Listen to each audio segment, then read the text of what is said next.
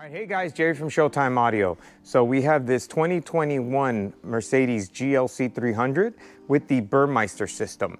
Now, the Burmester system is their premium audio system, and it sounds pretty good. For a stock system, it's actually pretty good. But the client wanted a little bit more volume and more bass. So what we ended up going with is upgrading the floor woofers. So these woofers live on either side of the footwell.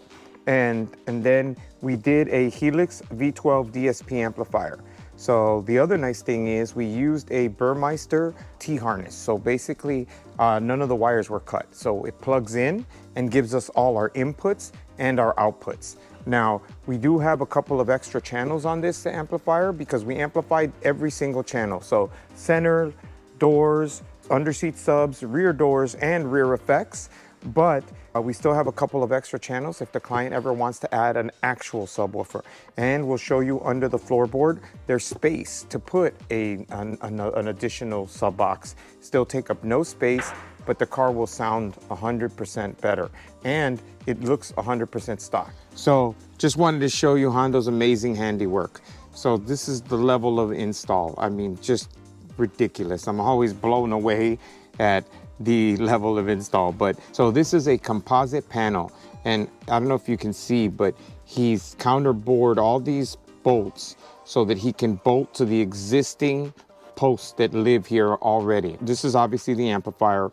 Check this out. So the power is braided, the ground is braided, and then the speaker harness, this is that T harness.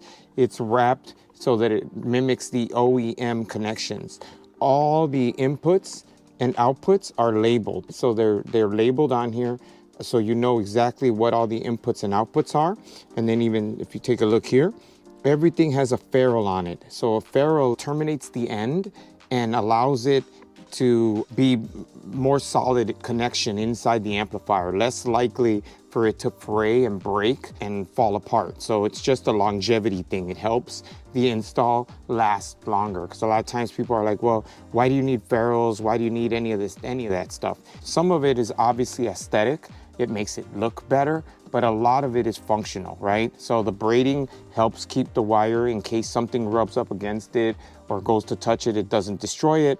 The wrapping the harness this way allows us to still access the wiring without having to rip the harness up, but it also keeps it nice and neat and looking good, but it's still a function. The ferrules keep the wires from getting frayed. When you crank the terminal down on the wires, if they're all loose, they can just